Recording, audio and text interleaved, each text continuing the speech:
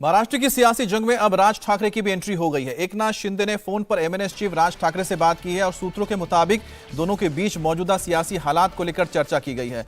शिंदे गुट की बगावत को एमएनएस ने सहमति भी दे दी है। हालांकि एमएनएस का कहना है कि शिंदे ने राज ठाकरे ने फोन पर राज ठाकरे की सेहत के बारे में जानकारी दी है। और बात करते हैं संवाददाता राजीव से। राजीव, ये जो शिंदे और राज ठाकरे की बातचीत हुई है, इसके राजनीतिक मायने किस तरह से देखे जाएं? क्योंकि कहीं ना कहीं एक वक्त था जब माना जाता था कि राज ठाकरे ही शिवसेना के बालासाहब के बाद उत्तराधिकारी हैं।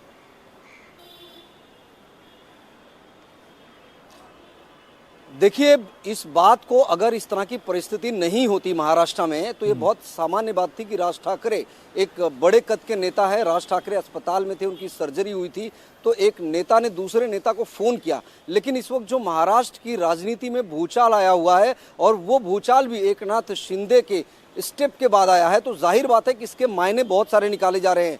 लेकिन इसके पीछे भी शिवसेना ही कहीं ना कहीं जिम्मेदार है, क्योंकि आदित्य ठाकरे का वो बयान आपको जरूर याद होगा जिसमें आदित्य ठाकरे ने कल ही कहा था कि वो एक सलाह देंगे एकनाथ शिंदे को। उनके पास एक ही रास्ता, दो ही रास्ते बचे हैं, या तो वो बच्चू कडू जो कि प्रहार जनशक्ति पार्टी चलाते हैं और इस वक्त शिंदे ग्रुप में हैं, उनकी पार्टी में अपनी पार्टी का विलय कर ले, या फिर वो बीजेपी में अपने साथी बागी विधायकों का विलय करवा ले। तो अब यही निष्कर्ष निकाला जा रहा है महाराष्ट्र में इस वक्त, महाराष्ट्र के राजनीतिक गलियारों में, कि आखिर एकनाथ शिंदे ने राज ठाकरे से जो बात की है उसके पीछे क्या ये भी एक वजह हो सकती है? क्या इस पैटर्न पर भी एकनाथ शिंदे जो हैं काम कर सकते हैं महाराष्ट्र की राजनीति में? ये भी इस तरह की भी कोई चीजें हो सकती है, क्योंकि राज ठाकरे की जो आइडियोलॉजी है, हाल के दिनों में हमने देखा कि वो हिंदुत्व की विचारधारा को लेकर बहुत ज्यादा उग्र, बहुत ज्यादा मुखर तरीके पर सामने आए हैं। चाहे वो मस्जिदों में लगे भोपू की बात हो, चाहे हनुमान चालीसा की बात हो, चाहे अयोध्या जाने की बात हो,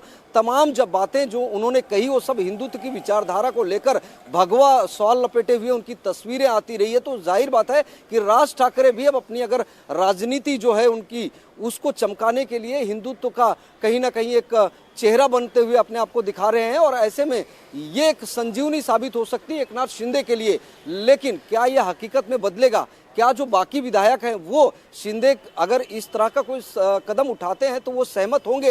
विचारधारा जरूर मिलती हुई दिखाई दे रही है, लेकिन महाराष्ट्र के राजनीतिक गलियारों में जब चर्चा हो रही है तो इसे अभी तक चर्चा ही कह सकते हैं, क्योंकि आज सुबह ही जब मनसे के एक बड़े पदाधिकारी से हमने बात की इस खबर की पुष्टि के लिए, तो उन्होंने बात करने की बात तो कबूल की, लेकिन उनका कहना था कि ये एक औपचारिक बातचीत थी, क्योंकि राज ठाकरे अस्पताल से डिस्चार्ज होकर घर गए थे।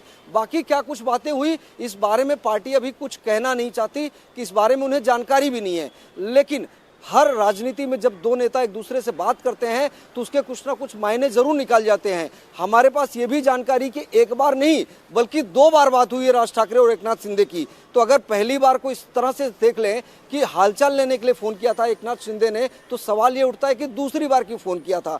क्या दूसरी बार भी सेहत के बारे में जानकारी ले रहे थे, या फिर इसके अलावा भी कोई राजनीति को लेकर भी चर्चा हुई? अब इसके तमाम तरह के कयास लगाए जा रहे हैं। शिवसेना के आदित्य ठाकरे जो कि पार्टी प्रमुख के बेटे हैं, मंत्री भी हैं, विधायक भी हैं मुंबई के वर्ली इलाके से, वो एकनाथ शिंदे को सलाह देते हैं कि बच्चू कडू की पार्टी में विलय कर लो या बीजेपी में विलय कर लो। तो जाहिर बात है कि विलय की बात अगर आदित्य ठाकरे ने शुरुआत की थी, तो राजनीति में इस तरह के अब दूसरे कयास लगाए जा रहे हैं कि अगर विलय करना है तो फिर बच्चू कडू की पार्टी में क्यों जाए?